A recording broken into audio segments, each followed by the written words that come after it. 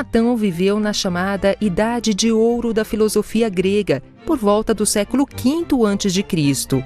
Nascido numa nobre família ateniense, foi aluno de Sócrates. Segundo relatos, depois de assistir ao julgamento e morte do mestre, se sentiu inspirado a preservar a memória de Sócrates por escrito, nos famosos Diálogos. Devido a esta e outras obras, foi o primeiro filósofo a deixar um legado material que chegou até os nossos dias. Aos 28 anos, abandonou Atenas e peregrinou por vários lugares.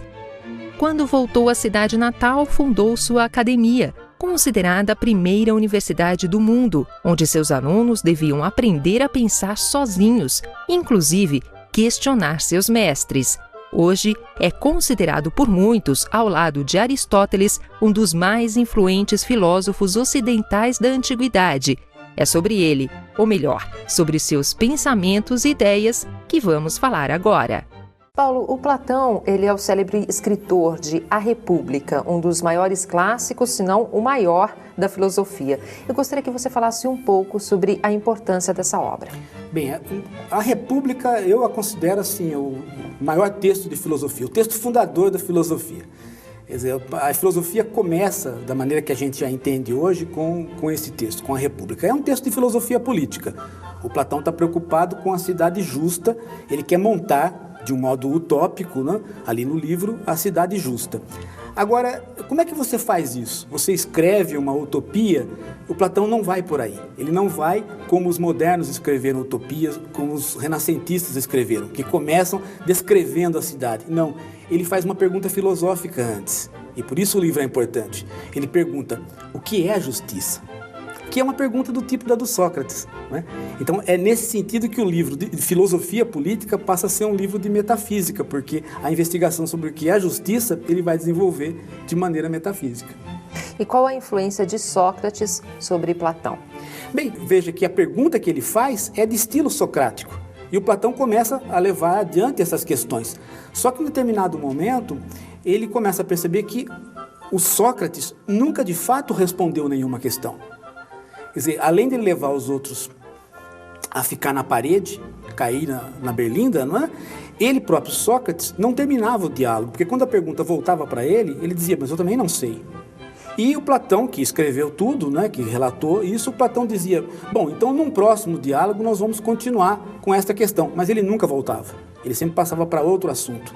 Então a sensação que a gente tem é que o Platão foi ficando insatisfeito com esse tipo de trabalho, e quando o Sócrates morreu, ele manteve o Sócrates como personagem da obra dele, mas aí ele pôs a fala dele na boca do Sócrates, não é? Tentando então aí sim dar respostas para as perguntas que o Sócrates não respondeu.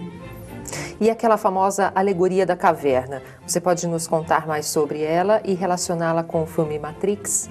Bem, a alegoria é o seguinte, o Platão dizia, olha, para você ser filósofo, você não pode estudar filosofia, você tem que filosofar, você vai filosofando e você se transforma num filósofo. Então não tem como eu dizer para vocês, antes de vocês começarem, o que vai acontecer com vocês na hora que vocês se transformarem em filósofo, falando ali para os possíveis jovens que seriam aqueles que iriam estar ali no contexto da República, da cidade justa, se transformando nos guardiões da cidade, né, que seriam os filósofos. Então ele falou, olha, eu só tenho um jeito de explicar um pouco o que é a filosofia, o que é alcançar a verdade, o que é alcançar o bem.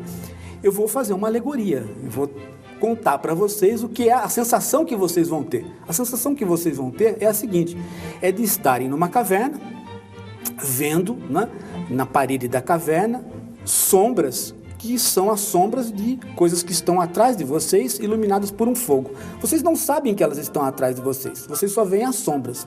Como vocês estão amarrados e nunca podem olhar lateralmente, vocês sempre vão achar que aquelas sombras, e vocês foram criados na caverna, nunca saíram de lá, vocês vão achar que aquela sombra é o real.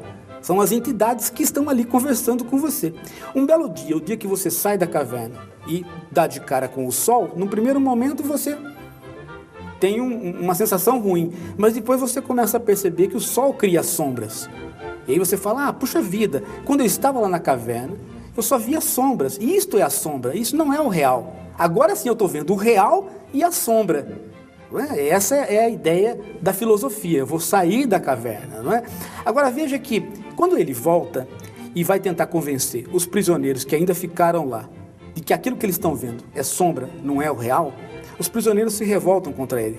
Falam assim, não, eu acho que você andou bebendo ou fazendo alguma coisa. A visita sua para fora da caverna não fez bem para sua cabeça. Você não está bom. Por quê? Porque nós estamos vendo ali, as coisas estão se mexendo, aquilo ali é efetivamente o real. E ele não consegue convencer os ex-companheiros ali de prisão de que aquilo que eles estão vendo são as sombras, não é? Então essa é a sensação que você tem, né? Que o Platão espera que você tenha com a filosofia.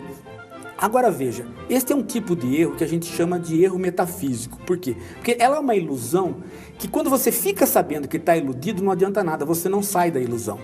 É diferente de eu avisar você sobre um erro. A ilusão da filosofia, a ilusão que a filosofia lida com ela e quer tirar você dessa ilusão, é uma ilusão que não adianta você contar que você não sai dela. Ela é diferente do erro psicológico. Você erra uma conta de matemática e eu digo para você, olha, aqui está errado, e você percebe o erro. Você olha para um cachorro e enxerga um outro bicho, eu aproximo você do cachorro e falo assim, olha, veja só, você errou. E com este aviso, você sai do erro.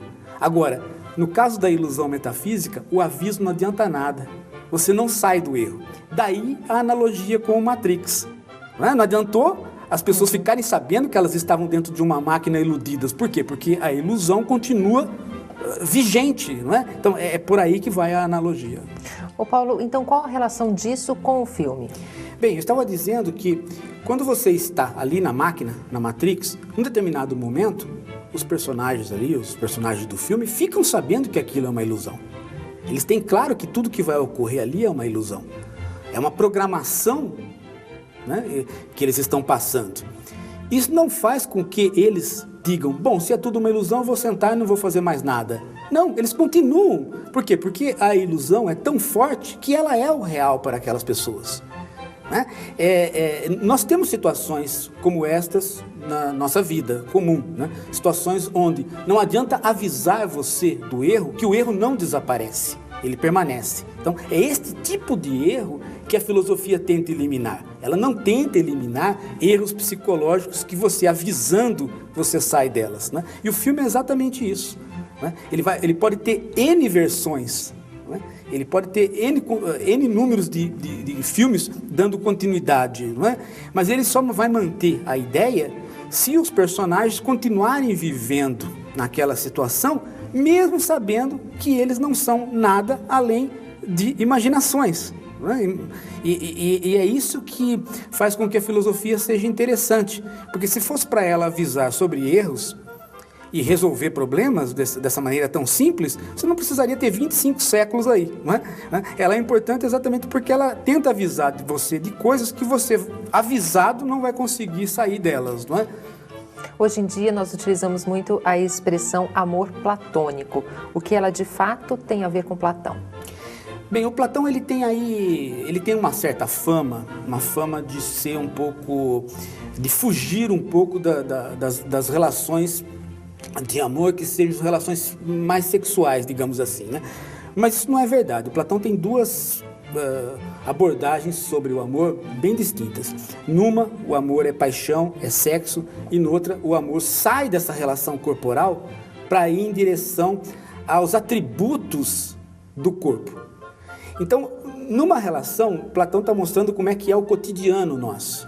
Né? Então, a paixão pelos corpos. Mas ele diz que essa paixão pelos corpos pode ser um caminho para a filosofia. Em que medida? Na medida que as qualidades dos corpos possam ser abstraídas dos próprios corpos. Eu posso ver Juliana, uma pessoa linda, bela. Aí eu vejo uma outra moça, uma pessoa linda, bela. Mas cadê a beleza? Você é bela, a outra é bela, mas e a beleza? Ah, bom, mas se eu vou namorando várias pessoas, eu vou conseguindo perceber que existe alguma coisa que não é a bela Juliana, não é a bela Maria, é a beleza. Epa, então eu estou começando a filosofar, estou começando a procurar as formas. Alguma coisa que não está nem em você, nem na Maria, mas você e a Maria participam desta situação, desta forma, a forma da beleza. Então o amor platônico, que é o amor que começa pelos corpos, termina como de fato amor platônico, amor pela beleza e não mais pela Maria ou pela Juliana, né, que são as pessoas belas. Esse é, digamos assim, o Platão chama isso de uma escada ascendente para a filosofia, né? Então, na verdade, a filosofia começa com relações pessoais, né? Começa com você entendendo o cotidiano, começa com o amor sexual mesmo, né? Você não começa pelo amor platônico. O amor platônico é um ponto de chegada para o filósofo.